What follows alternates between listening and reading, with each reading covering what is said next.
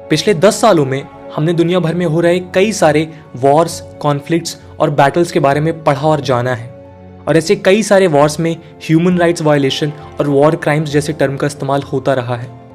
Libyan crisis, Syrian crisis, Yemen crisis, Palestine conflict और Armenia Azerbaijan war कुछ ऐसे examples हैं जो सबसे ज़्यादा चर्चा में रहे हैं और इनमें इन्वॉल्व कंट्रीज़ ने एक दूसरे पर वॉर क्राइम्स कमिट करने के आरोप भी लगाए हैं। इसमें सबसे इंटरेस्टिंग एग्जाम्पल है अर्मीनिया और अजरबैजान का, जो 2020 में हुए नगोर्नो काराबाख वॉर में इन्वॉल्व थे। और इन दोनों ने क्लस्टर म्यूनिशंस नाम के वेपन्स का इस्तेमाल किया जो दुनिया भर के देशों ने बैन कर रखा है। नतीजन कई सारी सिविलियन कैजुअलिटीज हुई, लेकिन जब जिम्मेदारी लेने की बात आई तो दोनों देश एक दूसरे को ब्लेम करने लगे। आज हम इस वीडियो में बात करेंगे वॉर क्राइम के बारे में और जानेंगे कि इसका मतलब क्या है और इसका इंटरनेशनल लॉ में इस्तेमाल किस तरह से होता है। हम ये भी जानेंगे कि वॉर क्राइम के कॉन्सेप्ट की हिस्ट्री क्या है और इंटरनेशनल लॉ में किस तरह से इवॉल्व हुआ। दोस्तों, मैं हूं आदर्श गुप्ता और स्वागत है आपका स्टडी आईक्यू में।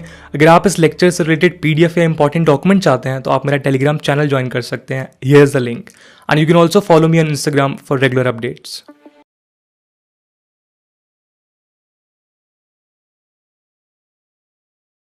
इंटरनेशनल लॉ में कई सारी प्रोविजंस और रूल्स हैं जो वॉर में इन्वॉल्व स्टेट्स और बाकी के पार्टीज को ये बताते हैं कि वॉर के वक्त क्या परमिटेड है और क्या नहीं।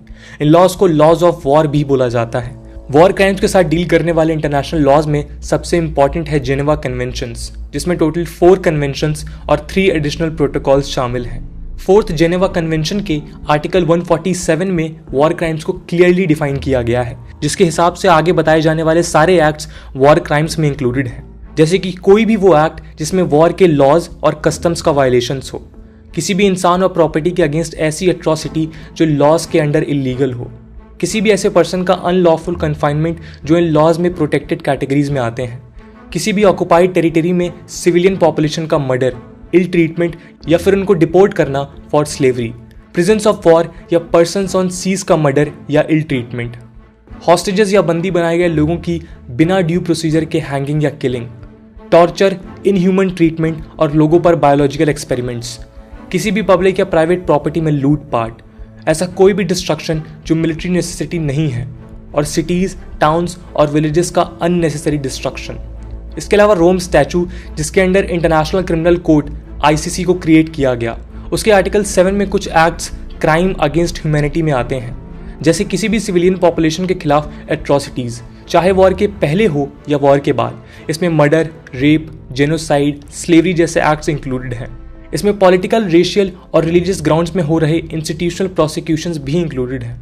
इसके अलावा वॉर क्राइम्स को डिसाइड करने के लिए डिस्टिंक्शन, प्रोपोर्शनैलिटी और प्रिकॉशन नाम के 3 प्रिंसिपल्स काफ़ी एसेंशियल हैं। अगर इनमें से कोई भी प्रिंसिपल वायलेट किया जाता है तो ज्यूरिस्ट ये मानते हैं कि वॉर क्राइम हुआ है।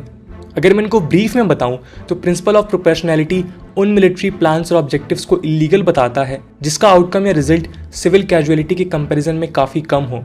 फॉर एग्जाम्पल, ऐसा कोई भी ऑपरेशन जिसमें एक एनिमी को मारने के लिए 500 सिविलियंस को मारना पड़े।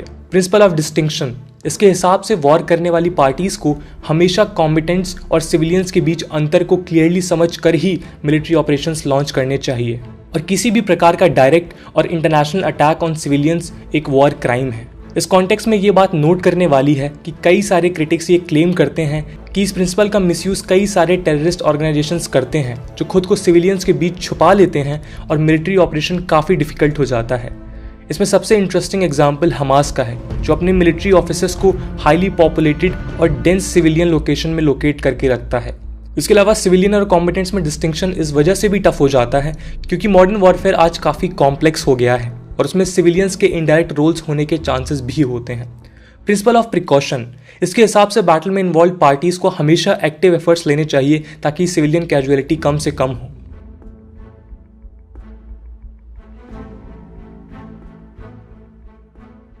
वैसे तो वॉर के टाइम क्या परमिटेड है और क्या नहीं, इसके रूल्स और कस्टम्स सदियों से एग्जिस्टेंस में रहे हैं। इंडियन एपिक महाभारत में भी हमें कुछ ऐसे रूल्स देखने को मिलते हैं जो वॉर के समय में क्या एथिकल है और क्या अनएथिकल इसको डिसाइड करते हैं। फॉर एग्जाम्पल, सनसेट के बाद बैटल्स खत्म कर देना या घायल एनिमी के ऊपर अटैक ना करना।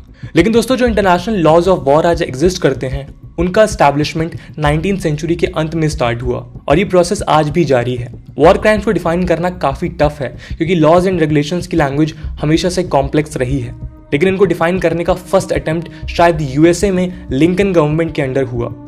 अब्राहम लिंकन ने 1863 में अमेरिकन सिविल वॉर के टाइम एक सेट ऑफ कोड्स क्रिएट किया जिन्हें लाइबर कोड के नाम से जाना जाता है।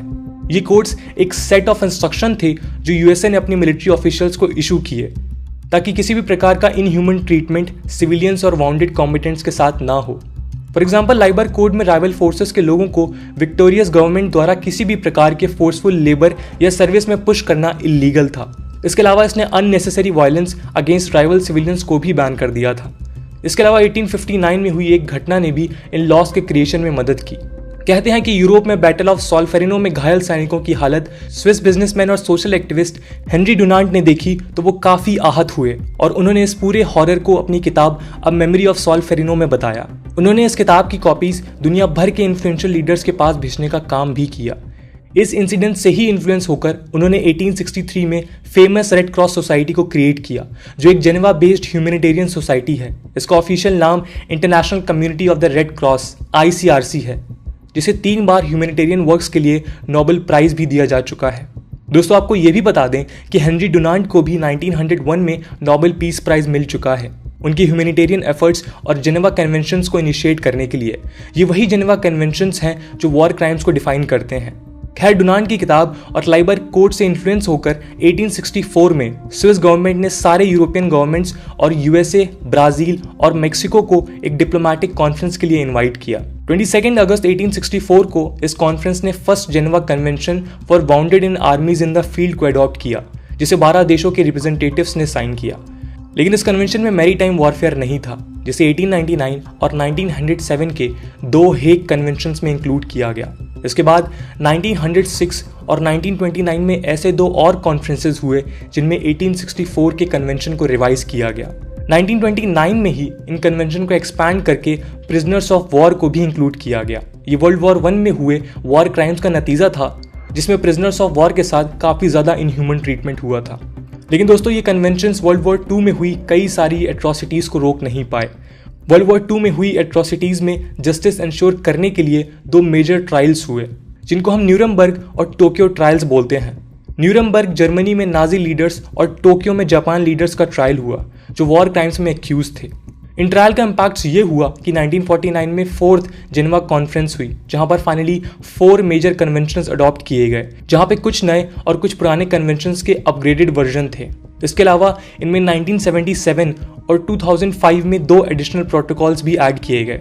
ये कन्वेंशंस आर्म्ड फोर्सेस के bounded members, prisoners of war और सिविलियंस का वॉर के समय ट्रीटमेंट कैसे हो, इन बातों के साथ डील करते हैं। लेकिन दोस्तों, वॉर में कौन से वेपन्स यूज हो सकते हैं और कौन से नहीं, इनके बारे में 1899 और 1907 का हेग कन्वेंशन और 1925 में ऐड किया गया बायोकेमिकल वॉरफेयर प्रोटोकॉल बात करते हैं। इनको सप्लीमेंट करने के लिए ही फेमस बायोलॉजिकल वेपन्स कन्वेंशन 1972 और केमिकल वेपन्स कन्वेंशन 1993 बाद में एग्जिस्टेंस में आए।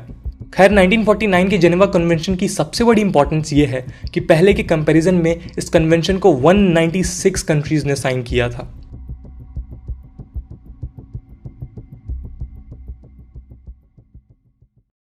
वॉर क्रिमिनल्स को पनिश करने का सबसे पहला ऑर्गेनाइज्ड एफर्ट वर्ल्ड वॉर 1 के बाद हुआ, जब विक्टोरियस अलाइड पावर्स ने जर्मनी को 900 से ज्यादा सस्पेक्टेड वॉर क्रिमिनल्स की लिस्ट दी और उन्हें प्रोसिक्यूट करने को कहा। वैसे अलाइड पावर्स का मेन टारगेट जर्मन एम्परर कैसर विल्हेल्म II था, लेकिन वो इस प्रोसिक्यूशन से बच निकला और नीदरलैंड्स में रेफ्यूजी बन गया। हम आपको बता दें कि वर्ल्ड वॉर 1 के एंड तक हेड ऑफ स्टेट्स को वॉर क्राइम्स जैसे एक्ट्स में इम्यूनिटी मिली हुई थी। इसके अलावा इस प्रोसेस में इन्वॉल्व कई और major suspected war criminals lack of evidence और लॉज में लूपहोल्स की वजह से बच गए। कन्विक्शन सिर्फ कुछ छोटे ऑफिशियल्स का ही हुआ। यही कारण है कि वर्ल्ड वॉर 1 तक वॉर ऑफ लॉज इतना पावरफुल नहीं था और इसमें बदलाव की जरूरत थी। जेनेवा कन्वेंशन के हिसाब से ऐसे क्राइम्स पर ज्यूरिसडिक्शन उन स्टेट्स का है जो उसके सिग्नेटरीज हैं, यानी कि 196 स्टेट्स। लेकिन 1990s के बाद इंटरनेशनल ट्रिब्यूनल्स भी जेनेवा कन्वेंशन को इम्प्लीमेंट करने का काम करते हैं। इसमें यूगोस्लावियन क्राइसिस में हुए वॉर क्राइम्स और जेनोसाइड्स के लिए यूगोस्लावियन ट्रिब्यूनल और रवांडन जेनोसाइड्स के लिए बनाए गए रवांडन ट्रिब्यूनल इंक्लूडेड है। इसके बाद 2002 में रोम स्टैचू के तहत इंटरनेशनल क्रिमिनल कोर्ट ICC का जन्म होता है, जो उन इंडिविजुअल्स को प्रोसिक्यूट करने वाला था जिन्होंने वॉर क्राइम्स और क्राइम्स अगेंस्ट ह्यूमैनिटी कमिट किए थे। आईसीसी ने कई सारे famous cases of war crimes की हियरिंग्स भी कंडक्ट करी है, जैसे Jean Pierre Bemba Central African Republic में मास रेप कमिट करने के लिए एक्यूज किया गया। बॉस्को तगांदा केस, आईसीसी ने यह पाया कि कांगोलीज आर्म्ड ग्रुप्स के मेंबर सेक्सुअल क्राइम्स में इन्वॉल्व थे। लेकिन दोस्तों, भले ही जेनेवा कन्वेंशन का रेटिफिकेशन ऑलमोस्ट सारे कंट्रीज ने किया है, लेकिन इन रियलिटी वॉर क्राइम्स में कन्विक्शन रेट काफी कम है।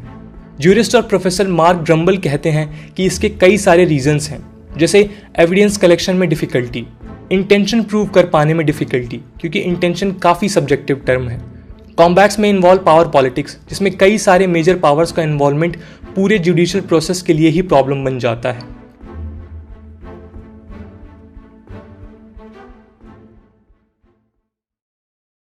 आईसीसी मेंबर स्टेट्स में हुए war crimes, crimes against humanity और जेनोसाइड के केसेस के साथ डील करता है, या फिर उन केसेस के साथ भी जो उनके पास यूएनएससी रिफर करता है।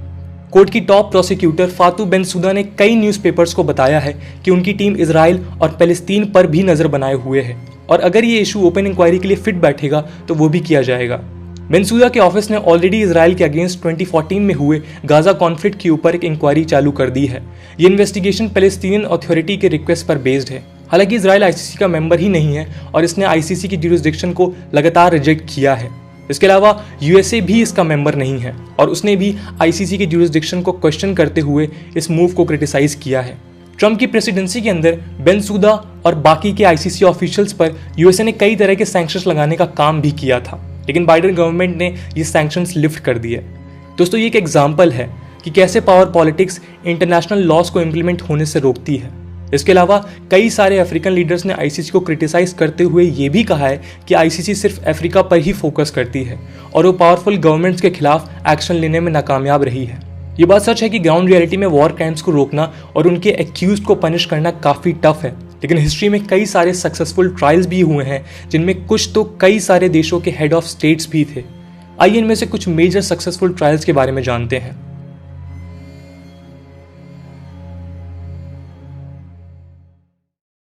हर्बर्ट ह्यूबनर, जर्मन एसएस का लीडर जिसने वर्ल्ड वॉर II के दौरान पोलैंड से कई सारे लोगों को इलीगली डिपोर्ट किया। न्यूरमबर्ग ट्रायल्स में इसे 15 साल की जेल हुई। Adolf Eichmann, Nazi war crimes के लिए जेरूसलम ट्रायल्स में डेथ पेनल्टी की सजा मिली। Saddam Hussein, ex president of Iraq, Dujail massacre के लिए 2006 में hanging. Radovan Karadzic, Bosnian Serb politician जो रिपब्लिक ऑफ स्रिप्स्का का प्रेसिडेंट था, इसे मल्टीपल वॉर क्राइम्स के लिए लाइफ इम्प्रिजनमेंट दिया गया। मिलान मार्टिक, क्रोएशियन सर्ब्स का president during Croatian war of independence, 35 years की सजा मिली इसे। रैडको म्लादिक और ड्रागोमिर मिलोसेविक, इनको यूगोस्लाव वॉर्स में सर्बियन मैस्कर के लिए लाइफ इम्प्रिजनमेंट मिला।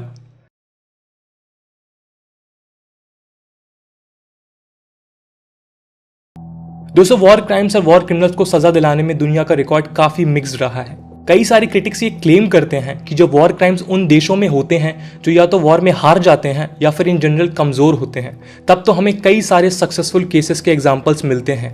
लेकिन जब बात आती है दुनिया के पावरफुल देशों की, तो इंटरनेशनल कम्युनिटी लार्जली इसमें फेल होते हुए दिखती है। पावर पॉलिटिक्स की वजह से कई सारे वॉर क्राइम्स के एलिगेशंस को इन्वेस्टिगेट ही नहीं किया जाता। हमने पिछले कई सालों में ऐसे किस्से सुने हैं जहां शायद क्राइम अगेंस्ट ह्यूमैनिटी या वॉर क्राइम्स होने की खबरें आई हैं, लेकिन उनमें से मेजर इश्यूज अनइन्वेस्टिगेटेड रह गए। ये इश्यूज चाहे इजराइल पैलेस्तीन रिलेटेड हो, अर्मीनिया अजरबैजान रिलेटेड हो या फिर चाइना और यूएसए से रिलेटेड हो, किसी भी मुद्दे में हमें कोई भी कंक्लूसिव इन्वेस्टिगेशन देखने को नहीं मिली। इसके अलावा दुनिया भर के रेबल और टेररिस्ट ग्रुप भी ऐसे वॉर क्राइम्स में इन्वॉल्व रहते हैं, लेकिन पावरफुल कंट्रीज के सपोर्ट की वजह से वो इन ट्रायल से बचते रहे हैं। दोस्तों, हम इस वीडियो को इस उम्मीद में ख़त्म करते हैं कि वर्ल्ड लीडर्स आने वाले समय में इस मुद्दे को ऑब्जेक्टिवली डिस्कस करेंगे और इसका सॉल्यूशन निकालेंगे, ताकि इस दुनिया में एक रूल बेस्ड ऑर्डर एस्टैब्लिश किया जा सके। दोस्तों, आज की वीडियो के लिए इतना ही। आई होप आपको ये वीडियो पसंद आई होगी, और अगर पसंद आई है तो दोस्तों के साथ शेयर करना ना भूलें। मिलते हैं अगले वीडियो में, तब तक जय हिंद, जय भारत।